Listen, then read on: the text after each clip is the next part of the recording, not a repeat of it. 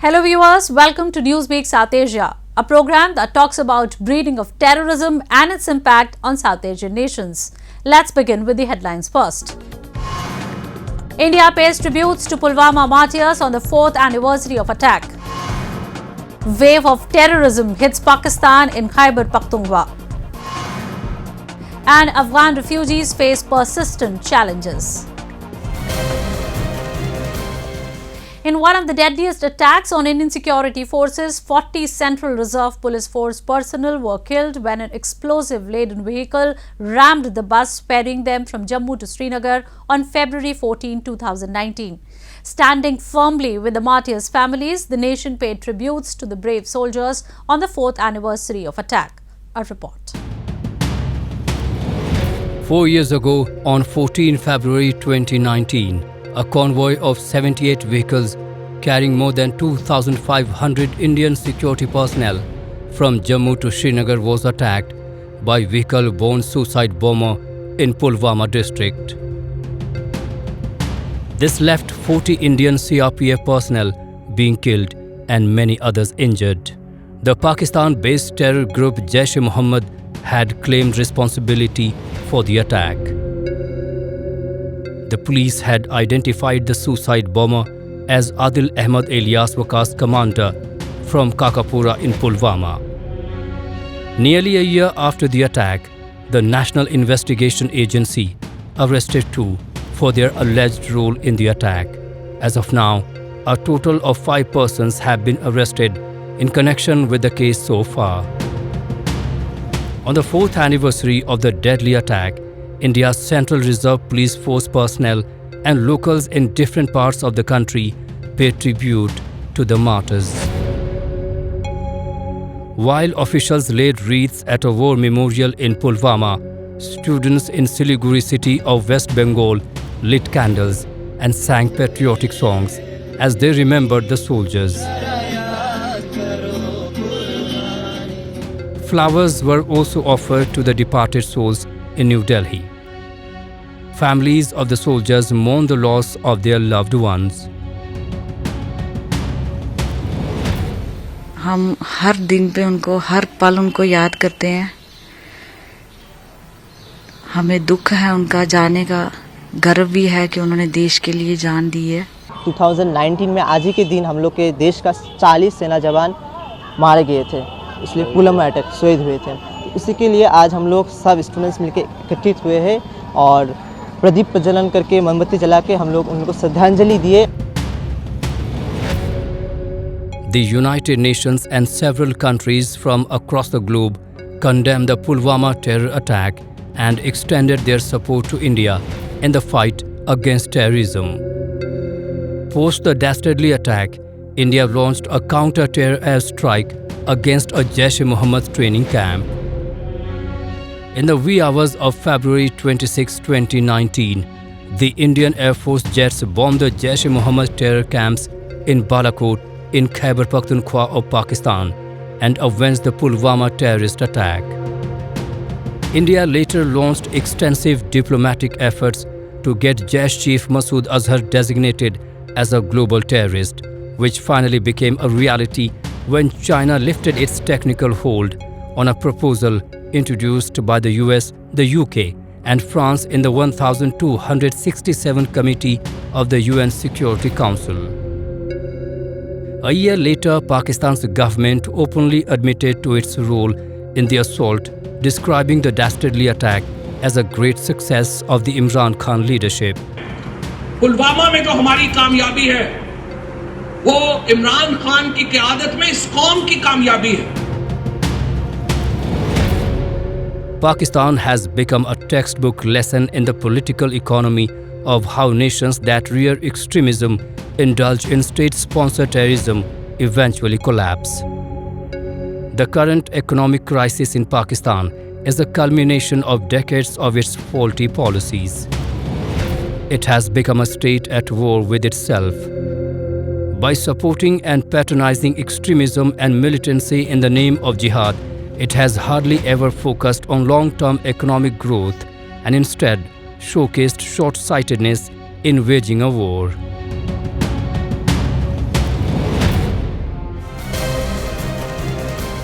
The recent deadly mosque bombing in Peshawar that killed over 100 sent shockwaves across Pakistan.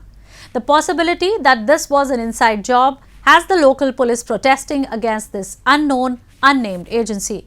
However, it is an open secret that lies squarely on the ISI and its dubious history of playing tribe against tribe, of brother against brother in this war-torn part of Pakistan.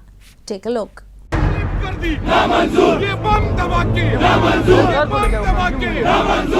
No to terrorism and no to bomb blasts.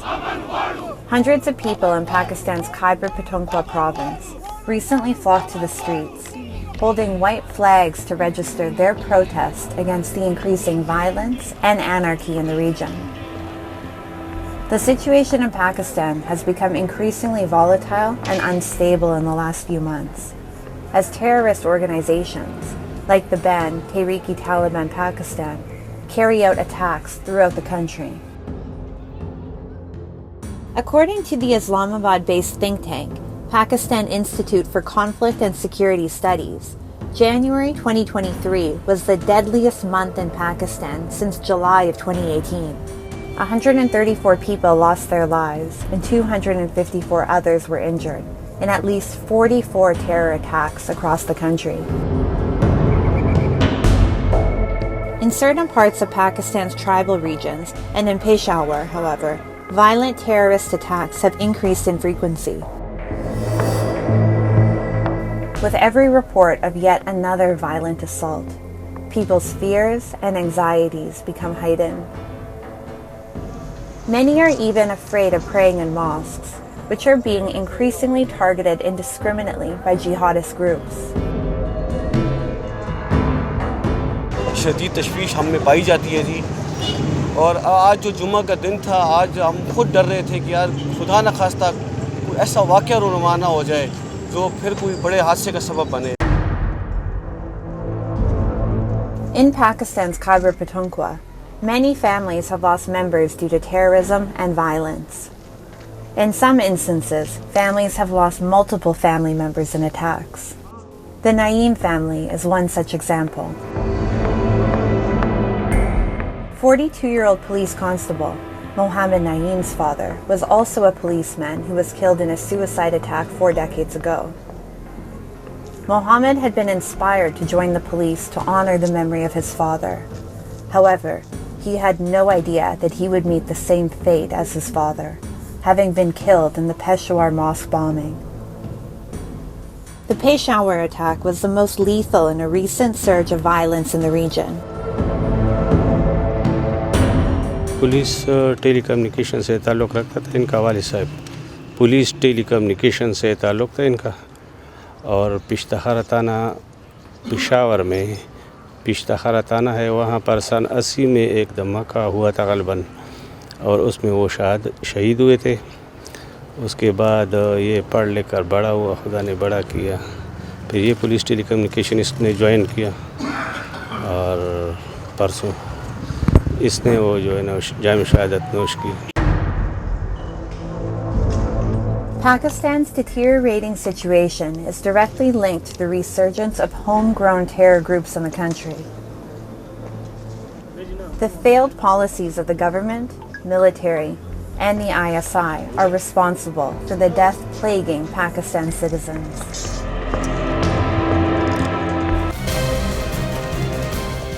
Safety in Pakistan has always been a concern. The country has been rocked by another terror attack. This time, an explosion ripped through the Jafar Express bound for Quetta, killing at least 2 people and injuring multiple others.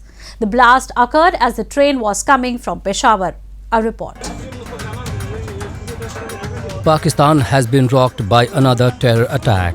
This time, an explosion ripped through the Jafar Express bound for Quetta, killing at least 2 people and injuring multiple others.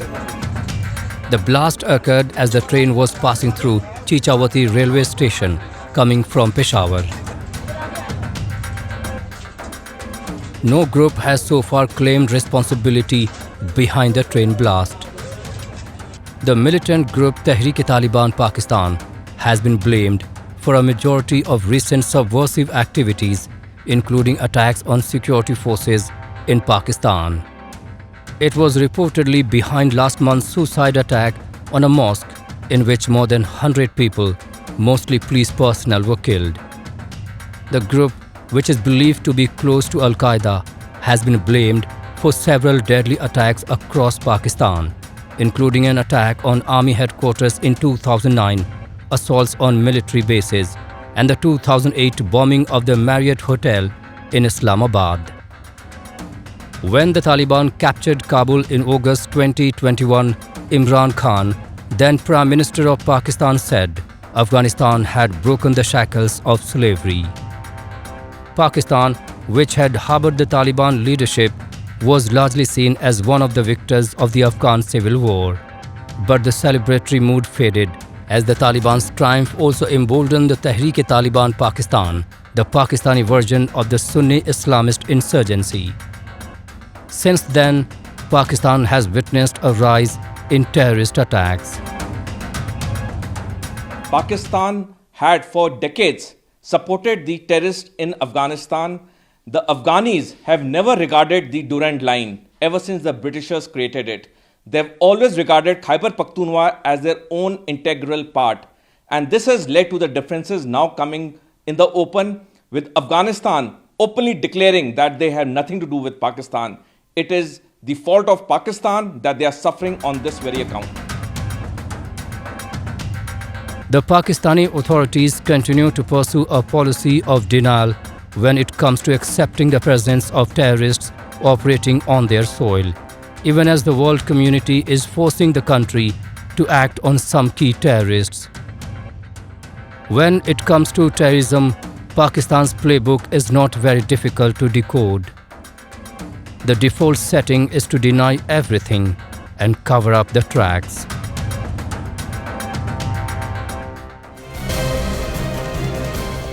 Afghanistan continues to live in a state of general lawlessness, instability and human rights abuses as a result of the Taliban's brutal rule. Common Afghans are forced to flee the country, and for those who have got asylum on foreign soil, life does not seem easy. From mistreatment to forceful deportation, Afghan migrants are facing persistent challenges. Let's take a closer look at the precarious life of Afghan migrants. This is Obeda Sharar, a former Afghan prosecutor. She has obtained asylum in Spain after leaving her homeland soon after the Taliban took control of Kabul. Earlier, she spent a year in an uncertain situation in Pakistan without any official refugee status. Former Afghan prosecutors like Obeda are evading the men they had been prosecuting in the war-torn country. As Obeda lives in Madrid now, life is safe for her. But still, she is upset because of the struggles other women in her country are going through.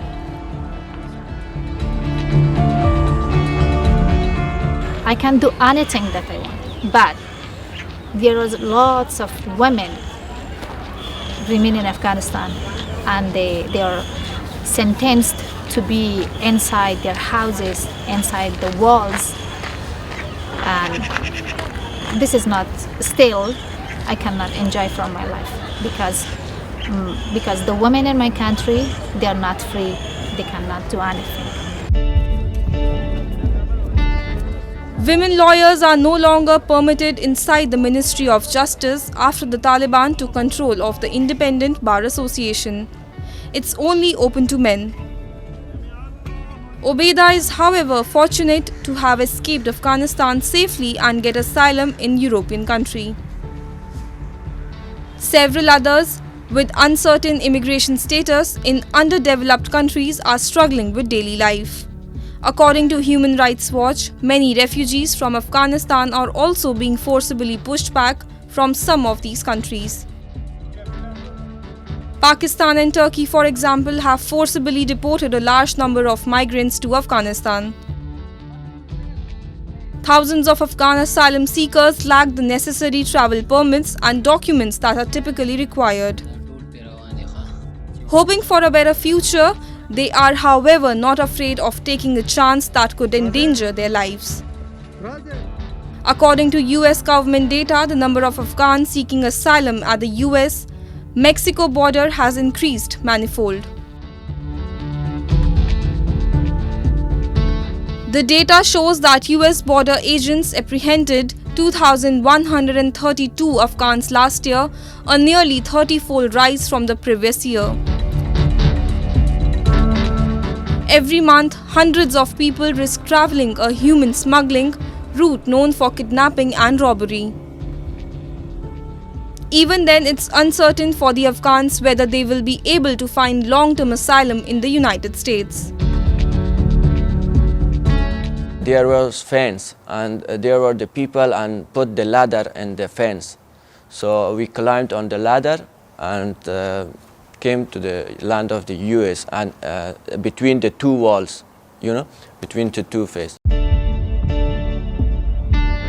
On one hand, millions of Afghans are struggling on foreign soil for their existence. On the other hand, those who are left behind in Afghanistan, Taliban has made their life hell. Escalating a public health emergency in a nation struggling with hunger and natural disasters, the Taliban administration has forbidden the majority of women aid workers. Programs cannot reach women and cannot understand the situation of women and girls without employing women. So men-only programming is not merely a subjugation of women, but it's also inadequate programming. It doesn't work. It's simple as that. Under the Taliban, Afghanistan is experiencing one of the worst humanitarian crises in the world. Humanitarian assistance is urgently needed in Afghanistan to assist people who are forced to flee. India has also announced an assistance of approx 24 million USD for Afghanistan. All the stakeholders need to step up efforts to find Afghan peace solutions.